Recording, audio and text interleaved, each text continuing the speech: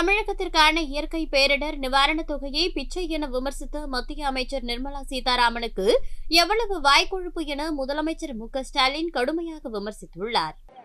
பாஜக மக்கள்கிட்ட இருந்து சுரண்டுமே தவிர மக்களுக்கு எதுவுமே செய்யாது. அதனாலதான் மக்கள் இயற்கை பேரிடரில் பாதிக்கப்படும் போது நம்மளோட நிதியிலிருந்து நாம தரோம்.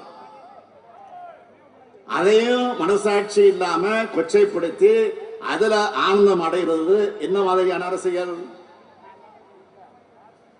தமிழ்நாட்டில இருந்து ஏராளமான நிதியை வரியா வசூல் பண்றீங்க. அதுல இருந்து நியாயமான பங்கு ஏன் திருப்பி தர மாட்ட மறுக்கிறீங்க? அதுதான் கேட்கிறோம்.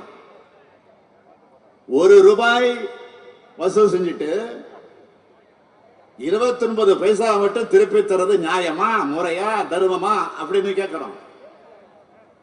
இதை கேட்டா சில நாட்களுக்கு முன்னாடி ஒன்றிய நிதியமைச்சர் நிர்மலா சீதாராமன் அவர்கள் ஆணவமா சொல்றாரு, என்ன தெரியுமா, மக்களுக்கு நிவாரணம் வழங்குறது பிச்சையாம். எவ்வளவு ஆணவம், எவ்வளவு வாய்க்கொழுப்பு! மாண்புமிகு நிர்மலா சீதாராமன் அவர்களே, உங்கள் அரசியலுக்காக தமிழ்நாட்டு மக்களை நீங்க கொச்சைப்படுத்துவீங்களா? பாதிக்கப்பட்ட மக்களை அவமானப்படுத்துவீங்களா? மக்களுக்கு கொடுக்கிறது எதுவுமே பிச்சை அல்ல, அது அவங்களுடைய உரிமை. மக்கள் பாதிக்கப்படுறப்போ அவங்க உதவி செய்ய வேண்டியது அரசியல் இருக்கக்கூடிய நம்முடைய கடமை. அந்த கடமையைத்தான் திமுக அரசு சரியா செஞ்சுக்கிட்டு இருக்கு.